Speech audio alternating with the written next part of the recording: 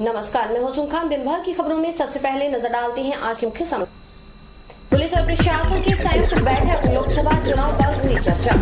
दुर्गा मंदिर में चोरी के साथ हुई नवरात्रि की शुरुआत, तहकीकात में जुटी पुलिस। ठेकेदार ने बढ़ाई किराए की राशि, रोडवेज ने जताया विरोध, स्टैंड की बाहर खड़ी रही बसें। बजरंग दल के कार्यकर्ताओं ने फूंका नवाज का पुतला। पाकिस्तान में मंदिर क्षतिग्रस्त करने से है आक्रोशित। अब समाचार विस्तार से। लोकसभा चुनाव की तैयारियों को लेकर पुलिस और प्रशासनिक अधिकारियों की संयुक्त बैठक हुई। उप जिला निर्वाचन अधिकारी बीएल मेहड़ा ने कहा कि स्वतंत्र और निष्पक्ष चुनाव संपन्न करवाना हमारा सामूहिक दायित्व है। इसमें किसी प्रकार की कोताही बर्दाश्त नहीं की जाएगी। कलेक्ट्रेट सभागार में हुई बैठक। उप जिला निर्वाचन अधिकारी बीएल मेहड़ा की अध्यक्षता में करीब 1.5 घंटे तक चली बैठक में ASP DD Singh, DSP Devkishan Sharma, SDM Harshvardhan Singh, junction थाना प्रभारी नारायण सिंह भाटी, टाउन थाना प्रभारी राम प्रताप बिश्नोई आदि मौजूद थे। अभी एप्रीहेंशन क्या है, क्या संभावना है, वो क्रिटिकलिटी का। नंबर 3, आपके कहीं कोई विवाद वगैरह की स्थिति आज भी जैसे क्राइम मीटिंग में आप अभी डिस्कस करते हो, साहब इस एरिया में ये है, वो भी चीज़ आप ऐसे भी कर सकते हो। तो चुनाव के दौरान क्या चीज़ होने की संभावना है और पिछले हिस्ट्री में कुछ नहीं हुआ है, वो भी यदि आपको आज के हिसाब से लगता है तो वो भी अपनी शादी कर सकते हैं। एक एक की चर्चा, एक 1 बाय 1 चर्चा करो सभी से। जिसमें तहसीलदार ने अपनी राय बताए, SHO भी बताए, डिप्टी साहब यदि नए हैं तो पुराने कोई तहसीलदार जी हैं या SDM साहब पुराने हैं, तो भाई ये चीज़ ठीक है, ये ठीक नहीं है, एक पे डिस्कस। एक अन्य मीटिंग भी हुई। इसमें जिला निर्वाचन अधिकारी पीसी किशन, उप जिला निर्वाचन अधिकारी बीएल मेहड़ा, पर्यवेक्षक सज्जन कुमार, जिला पुलिस अधीक्षक शरद कविराज व तहसीलदार सुरेंद्र जाखड़ सहित अन्य अधिकारी मौजूद थे। संवेदनशील और अति संवेदनशील मतदान केंद्रों की पहचान से लेकर वहां पर की जाने वाली व्यवस्थाओं पर चर्चा हुई। इसके अलावा चुनावों को देखते हुए सीमाओं पर पूरी तरह सील करने और हरदम अलर्ट रहने की हिदायत दी गई। नवरात्रि में मां दुर्गा की खास आराधना की जाती है। खूब सारी मन्नतें मांगी जाती हैं, लेकिन कलयुग है, इसका भी प्रमाण सामने आ ही गया। कुछ व्यक्तियों ने नवरात्रि की शुरुआत ही चोरी से की, और वो भी नव दुर्गा मंदिर से। लिहाजा पुलिस मामले की तहकीकात कर रही है। लगता है कलयुग अपना प्रभाव दिखाने लगा है। पहली बात तो चोरी ही पाप है, फिर वो चोरी मंदिर में हो तो महापाप। लेकिन फिर क्या कहेंगे जब चोर नवरात्रि की शुरुआत मंदिर में चोरी कर करें। हनुमानगढ़ जंक्शन स्थित नव दुर्गा मंदिर में नवरात्रि की शुरुआत कुछ इसी तरह से हुई। बताया जाता है कि चौकीदार ने चोर को भागते हुए भी देखा, लेकिन वह पकड़ने में नाकाम रहा। चौकीदार रोशन के मुताबिक रात करीब 10 बजे उसने देखा कि एक व्यक्ति दीवार फांद रहा है। आवाज दी, लेकिन बंदा भाग गया। फिर मंदिर में देखा तो शीशे टूटे हुए थे, सामान बिखरा हुआ था। टाइम 10 का टाइम था जी। अच्छा। तो मैं इधर से आया और देखा तो वो दीवार पे ऊपर छाल मारी। जब वो दीवार कूदा तो मैं उसके पीछे भाग गया। बस इतना देखा, वो गेट पार हो गया, भाग गया। व्यापारी नेता सोम प्रकाश अग्रवाल के मुताबिक सूचना मिली तो पुलिस को खबर दी। पुलिस ने मौका मुआयना कर चोरों की पड़ताल शुरू कर दी है। बाकी नुकसान को लेकर पुजारी ही बेहतर बता सकते हैं। मैं सुरेशा के अंदर दीवान पे बैठा हुआ था। शिवजी राम का टेलीफोन गया मेरे पास, क्या ये अपने नई मंडी मंदिर के शीशे के दरवाजे तीनों तोड़ दिए गए हैं और चोरी हो रही।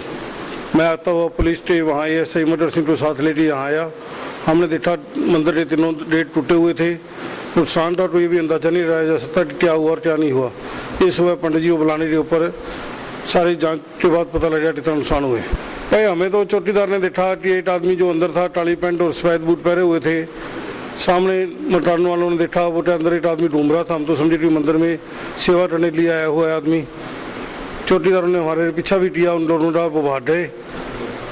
उन्होंने भागते हुए लक्की नाम के एक आवाज़ लगाई है, कौन आदमी है कौन नहीं है, और पुलिस की ड्यूटी लगाई है। अभी आप 10 देखो तो हमने भी आसे पास जाके देखा तो इस तरह आदमी हमें नजर नहीं आया।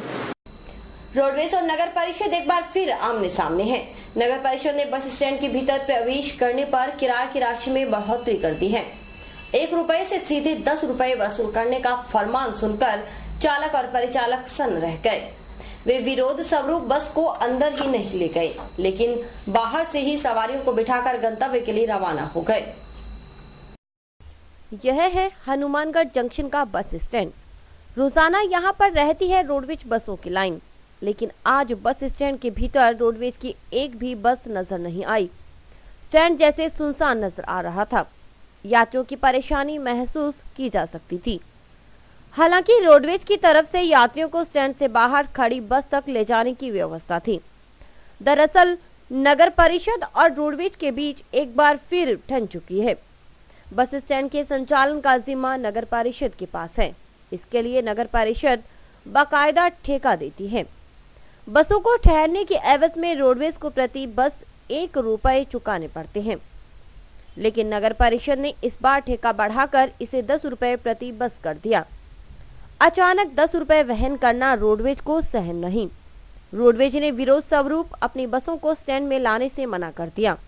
बस स्टैंड प्रभारी शिव कुमार शर्मा के मुताबिक किराए की राशि में इतनी बढ़ोतरी फिलहाल संभव नहीं। इस संबंध में उच्च अधिकारियों तक अपनी बात पहुंचाई है। जहाँ भी नगर परिषद के बस स्टैंड है वहाँ पर रोडवेज का प्रति फेरा ₹1 था, जो आज दिनांक 1 तारीख से ₹10 प्रति फेरा कर दिया गया है, जिसमें रोडवेज ₹10 प्रति फेरा देने में असमर्थ है। अगर ₹1 दे दिया जाएगा तो बस स्टैंड के ऊपर गाड़ियाँ लगने लग जाएंगी। मैंने ये समस्या अपने उच्च अधिकारी को बता दी गई है, जो मुख्यालय जयपुर भेज दी गई है। जंक्शन और टाउन में रोडवेज बसों के नहीं जाने से यात्रियों को परेशानी हुई। रोडवेज प्रभारी शिव कुमार शर्मा ने स्वीकार किया कि इससे यात्री परेशान हो रहे हैं। साथ ही कहा कि इसके लिए कर्मचारी यात्रियों को बाहर खड़ी बसों तक छोड़ने जा रहे हैं, ताकि उन्हें ज्यादा दिक्कत न हो। वैसे समस्या शीघ्र समाप्त होगी, क्योंकि रोडवेज के चीफ मैनेजर ने उच्च अधिकारियों तक बात पहुंचाई है। दोनों बस स्टैंड पे गाड़ियां जो है मेन रोड पे खड़ी हैं और बाहरी यात्री सभी बसों में जा रहे हैं। सवारियों को समस्याएं बहुत हैं, क्योंकि एक सवारी सामान लेके पहले बस स्टैंड के अंदर आती है, फिर बाहर चली जाती है। सबको बताया जा रहा है बस सुबह से खड़े हैं, भाई वो बस जा रही है, वो बस जा रही है। क्या आपकी कोई वार्ता हुई ठेकेदार से? नहीं, हमारे महसी वर्मा जी की जो चीफ मैनेजर है उनकी बात हुई है।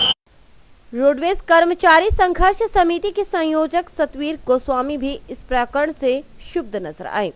उन्होंने कहा कि पहले ही रोडवेज घाटे में है, फिर इस तरह रेट बढ़ाए गए तो रोडवेज को प्रतिदिन करीब 10,000 का नुकसान होगा। बस स्टैंड की ये स्थिति है कि नगर पालिका ने जो टेंडर दिए हैं उनके रेट बढ़ा के दिए हैं, और उस वजह से जो ठेकेदार है उन्होंने प्रति बस प्रति फेरा पहले ₹1 था जो ₹10 कर दिया गया है। इससे अपने हनुमानगढ़ डिपो को सबसे ज़्यादा घाटा होगा, क्योंकि हनुमानगढ़ डिपो के अंडर में कोई भी रोडवेज का बस स्टैंड नहीं है। सब नगर पालिका और हनुमानगढ़ नगर परिषद का स्टैंड है। तो सबसे बड़ा लगभग 10-साढ़े 10 हज़ार रुपये पर डे का इसमें रोडवेज को घाटा होगा, ₹10 देने में हनुमानगढ़ डिपो को। तो इस वजह से हमारे उच्च अधिकारियों से वार्ता हुई है, चीफ साहब ने बात भी की है, यहाँ से लेटर भी बना के भिजवाया, और वो लेटर शासन सचिव साहब के वहाँ पहुँचा हुआ है। अब वो वहाँ से कोई आदेश करेंगे तब उसके बाद ये स्थिति स्पष्ट होगी। खास बात है कि जंक्शन और टाउन बस स्टैंडों से रोजाना रोडवेज की करीब 400 बसों का संचालन होता है। ऐसे में रोडवेज के लिए इतनी भारी राशि का वहन करना मुश्किल हो रहा है। यही वजह है कि रोडवेज सीधे तौर पर विरोध कर रहा है। लगभग 400 रोजाना 200 लगभग 400 बसों का जो आवागमन रहता है। कोई बसें 3 फेरे लगाती है, कोई बसें 4 फेरे लगाती है। बजरंग दल के कार्यकर्ताओं ने पाकिस्तान में हनुमान मंदिर क्षतिग्रस्त किए जाने के खिलाफ जमकर गुस्सा उतारा।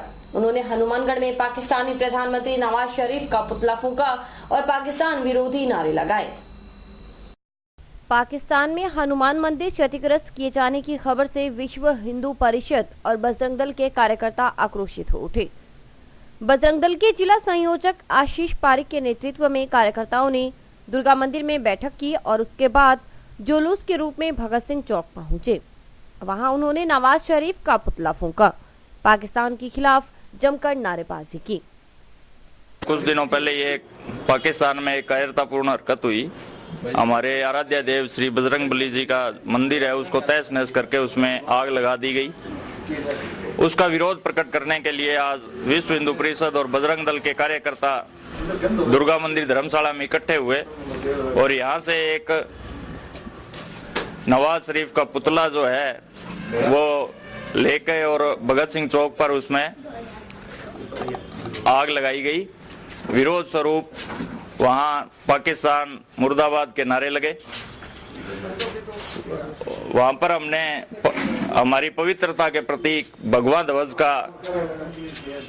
को लगाकर हमारी विरोध दर्ज करवाया। बजरंग दल के जिला संयोजक आशीष पारिक ने कहा कि भारत में जन्म लेना गर्व की बात है। यहाँ पर सर्वधर्म समभाव की विशेषता है, लेकिन पाकिस्तान में यह बात नहीं।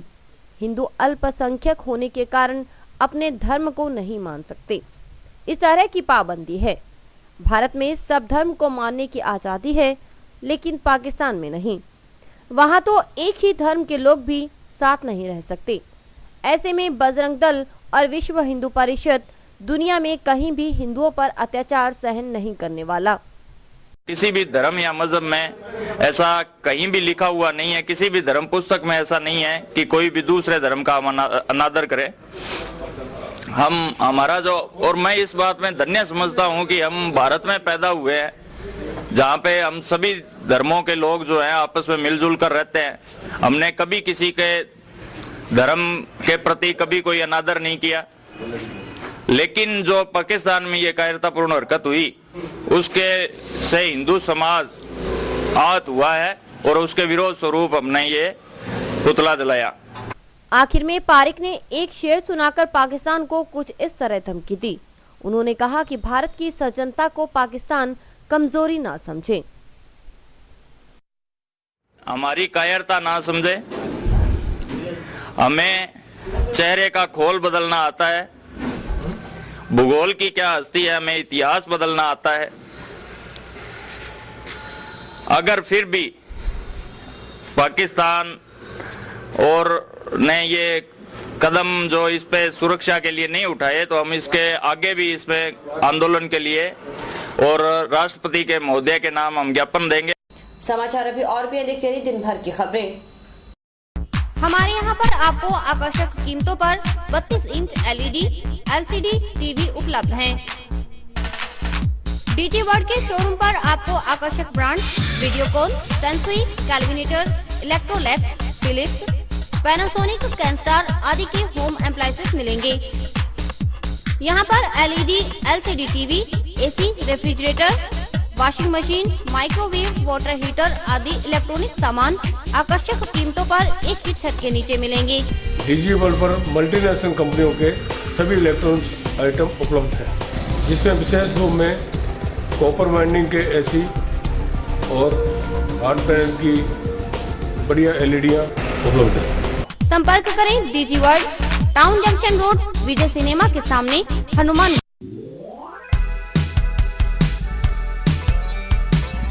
मीत कलेक्शन, एक कंप्लीट जेंट्स वियर शोरूम।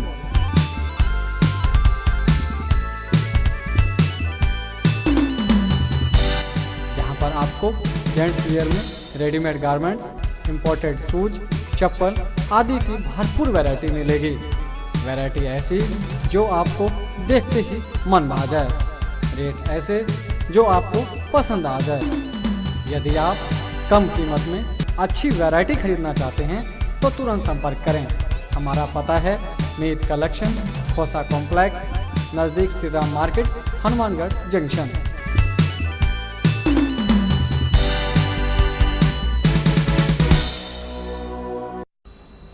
अगर खराब फसलों के एवज में मुआवजा नहीं मिला तो वे लोकसभा चुनाव के तहत मतदान में भाग नहीं लेंगे।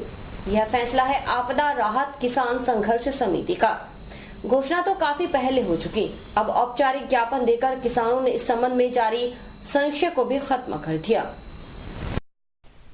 टाउन में हुई किसानों की मीटिंग। आपदा राहत किसान संघर्ष समिति की बैठक राजेंद्र सिंह रोमाणा की अध्यक्षता में हुई। बैठक में किसान नेता मांगीलाल स्वामी, सुरेंद्र बेनीवाल और प्रभुराम पचार आदि ने भाग लिया। वक्ताओं ने कहा कि क्षेत्र के सैकड़ों किसान बर्बाद हो गए, लेकिन सरकार ने अब तक मुआवजे की घोषणा नहीं की है। इससे किसानों में सरकार के प्रति आक्रोश बढ़ता जा रहा है। किसान नेताओं ने कहा कि किसान पहले ही कह चुके हैं कि जब तक मुआवजे की घोषणा नहीं होती वे मतदान में भाग नहीं लेंगे। ऐसे में अब एक औपचारिक ज्ञापन कलेक्टर के माध्यम से सरकार तक पहुंच जाएंगे ताकि सारी औपचारिकता पूरी हो जाए। इसके तहत बुधवार को किसान कलेक्टर कार्यालय के सामने पड़ाव डालेंगे। इसके बाद शुक्रवार को जिले भर में सड़कों को जाम किया जाएगा। सभी पंचायतों के किसान यहाँ इकट्ठे हुए, सभी ने सर्वसम्मति से फैसला लिया। पहला तो कि जो ओलावृष्टि है उसका हुई है, उससे जो नुकसान है वो 20,000 प्रति बीघा दिया जाए। दूसरा, हमारा जो भी फसली ऋण है वो माफ़ किया जाए। हमारा जो इसका जो टूल से काश्त करता है उसको भी अलग से दिया जाए। जो मोटर बढ़ने की बिजली के बिल हैं वो माफ़ किए जाएं, आबियाना माफ़ किया जाए। ऐसे हमने 10 बिंदुओं पर बात की है जो हम कलेक्टर साहब को ज्ञापन देने जा रहे हैं, उसके माध्यम से सूचित करें। कल हम महापड़ाव कर रहे हैं जिला कलेक्टर के सामने। इसलिए हमारी जितनी भी कमेटी ने आज ये फैसला लिया है ये सब कुछ मान्य होगा और हम सभी कल वहाँ कलेक्ट्रेट में सभी इकट्ठे होकर किसान धरना देंगे। भगवान परशुराम चौक पर नव साल की शुरुआत पर दीपोत्सव मनाया गया। प्रतिनिधियों ने चौक पर जाकर भगवान परशुराम के प्रतीक फरसे पर माल्यार्पण किया। उन्होंने दीप जलाया और भगवान परशुराम का जय जयकार भी किया। साथ ही 1 मई को सर्किल पर हर्षोल्लास के साथ भगवान परशुराम जयंती मनाने का संकल्प लिया गया। राजस्थान ब्राह्मण युवजन समिति, विप्र फाउंडेशन और राजस्थान ब्राह्मण महासभा के संयुक्त तत्वावधान में सोमवार शाम भगवान परशुराम चौक पर कार्यक्रम हुआ। नगर परिषद के उपसभापति कालूराम शर्मा, युवजन समिति के जिला अध्यक्ष महेंद्र सारस्वत, महामंत्री नरेंद्र पुरोहित, राहुल शर्मा व निपेन शर्मा आदि ने कहा कि भगवान परशुराम हमारे आराध्य देव हैं। 1 मई को भगवान परशुराम जयंती मनाई जाएगी। हिंदू नव वर्ष के अवसर के ऊपर भगवान परशुराम चौक के ऊपर भगवान परशुराम की पूजा की गई और सभी युवा ब्राह्मण कार्यकर्ताओं द्वारा माला अर्पण किया गया और दीप प्रज्वलित किया गया और सभी कार्यकर्ताओं ने परशुराम जी की जय बोली। और 1 मई को परशुराम जयंती के दिन परशुराम जयंती बहुत धूमधाम से मनाने के लिए हमारे यहाँ पे मीटिंग में तय हुआ और इस चौक के ऊपर 1 मई को बड़ी धूमधाम से परशुराम जयंती मनाई जाएगी और सभी ब्राह्मण बंधु भाग लेंगे। निकटवर्ती गांव रोड़ावाली के पास अज्ञात व्यक्ति की लाश मिलने से क्षेत्र में सनसनी फैल गई। गांव के गंदे नाले में पड़ी लाश की सूचना ग्रामीणों ने जंक्शन थाना पुलिस को दी। सूचना पाकर मौके पर पहुंची पुलिस ने लाश का पोस्टमार्टम करवाकर जांच शुरू कर दी है। गांव रोड़ावाली के पास गंदे नाले में अज्ञात व्यक्ति की लाश देखकर ग्रामीण सकते में आ गए। ग्रामीणों ने नाले में तैर रही लाश की सूचना जंक्शन थाना पुलिस को दी। सूचना मिलते ही उप निरीक्षक काशीराम में जाप्ता घटनास्थल पर पहुंचे। पुलिस ने ग्रामीणों की सहायता से लाश को नाले से बाहर निकाला। काफी समय पानी में रहने से लाश सड़ चुकी थी, इसलिए मरने वाले की पहचान करना पुलिस व ग्रामीणों के लिए मुश्किल हो गया था। पुलिस ने मृतक की तलाशी ली तो कुछ कागज व पंजाब नेशनल बैंक की पासबुक बरामद हुई। सब इंस्पेक्टर काशीराम के अनुसार बैंक पासबुक मलोट निवासी निरंजन सिंह के नाम से दर्ज है। पुलिस ने मृतक का पंचनामा तैयार कर शव को पोस्टमार्टम के लिए टाउन स्थित जिला चिकित्सालय भिजवाया। पुलिस मृतक से मिले कागजों के आधार पर शव की पहचान में जुटी है। आज सुबह करीब 10:30 बजे एक इतला मिली कि रोड़ावाली में गंदे पानी में एक डेड बॉडी पड़ी है। इस पर मैं मौके पर आया। मौके पर देखा तो बॉडी को बाहर निकलवाया। बॉडी 2-3 दिन पुरानी है और बॉडी के पास एक पंजाब नेशनल बैंक की पासबुक मिली है जिसमें इसका नाम निरंजन सिंह सन ऑफ चेत सिंह गुरु नानक नगर मलोट लिखा हुआ है। अभी इसकी तस्दीक कर रहे हैं। अभी तक इसका कोई वारिसों का पता नहीं चला है। कभी कभी छोटी सी चिंगारी भी बड़ी आगजनी का कारण बन सकती है, इसलिए चिंगारी को हवा लगने से पहले ही बुझा देना चाहिए। लेकिन टाउन की एक कॉलोनी में ऐसी ही चिंगारी ने बड़ी आग का रूप धारण कर लिया। समय रहते आग पर काबू पा लेने से बड़ा हादसा टल गया।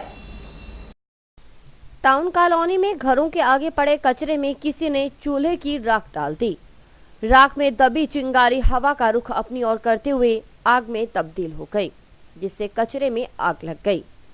देखते ही देखते आग फैलने लगी और घरों के पास ही एक खेत में खड़ी फसल को भी अपनी चपेट में ले लिया।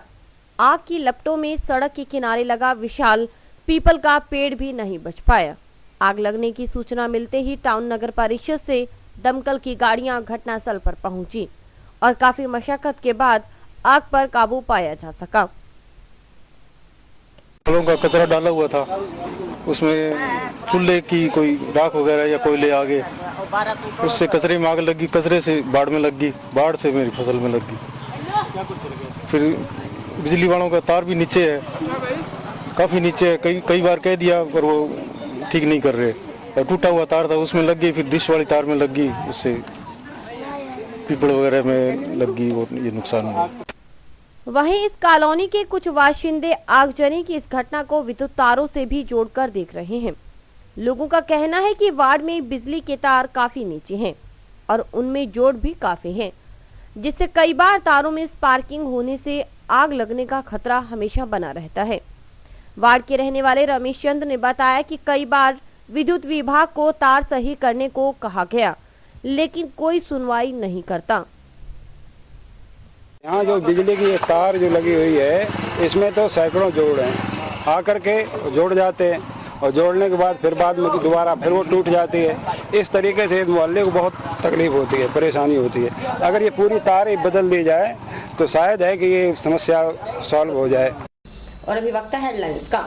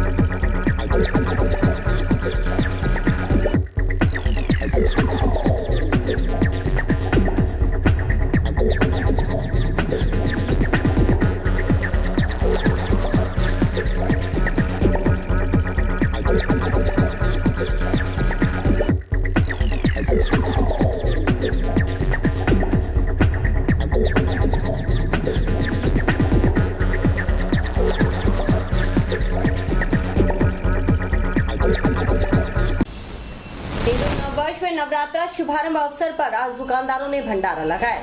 भंडारे में बस स्टैंड मार्केट के सभी दुकानदारों ने आर्थिक सहयोग दिया। जंक्शन बस स्टैंड के बाहर सभी दुकानदारों ने आज भंडारा लगाया। मार्केट समिति ने आने वाले राहगीरों को कड़ी चावल का प्रसाद वितरित किया। वहीं गर्मी के मौसम को देखते हुए ठंडे व मीठे पानी की भी छबील लगाई गई। हिंदू नववर्ष व नवरात्रा शुभारंभ की दोहरी खुशी में बस स्टैंड मार्केट के सभी दुकानदारों ने भंडारे में आर्थिक सहयोग दिया। हिंदू नववर्ष व नवरात्रा उपलक्ष्य में हमारे बस स्टैंड के सामने हमारी मार्केट ने कड़ी चावल का लंगर लगाया है और इसमें पूरे सभी दुकानदारों ने अच्छा सहयोग किया। सभी बस स्टैंड के सामने वाली मार्केट ने सभी के लिए भंडारा लगाया है, कड़ी चावल का लंगर लगाया है। हिंदू नववर्ष और नवरात्रा उपलक्ष्य में लगाया है। बहुजन मुक्ति पार्टी का चुनाव प्रचार कार्यालय जंक्शन में खुला। इसमें उम्मीदवार सहित काफी संख्या में कार्यकर्ता मौजूद थे। बहुजन समाज पार्टी के प्रत्याशी ने भले ही चुनाव मैदान से हटने का फैसला कर लिया हो, लेकिन बहुजन मुक्ति पार्टी चुनाव में डटी हुई है। श्रीगंगानगर संसदीय क्षेत्र से प्रत्याशी अमर सिंह ने मंगलवार को जंक्शन में अपने चुनाव कार्यालय का उद्घाटन किया। इस मौके पर नंदकिशोर मेघवाल, सुरेंद्र पाल, रूप सिंह व एडवोकेट सुरेश कुमार आदि मौजूद थे। और इसी के साथ समाचार समाप्त हुए। रोजाना देखते रहिए समाचार। नमस्कार।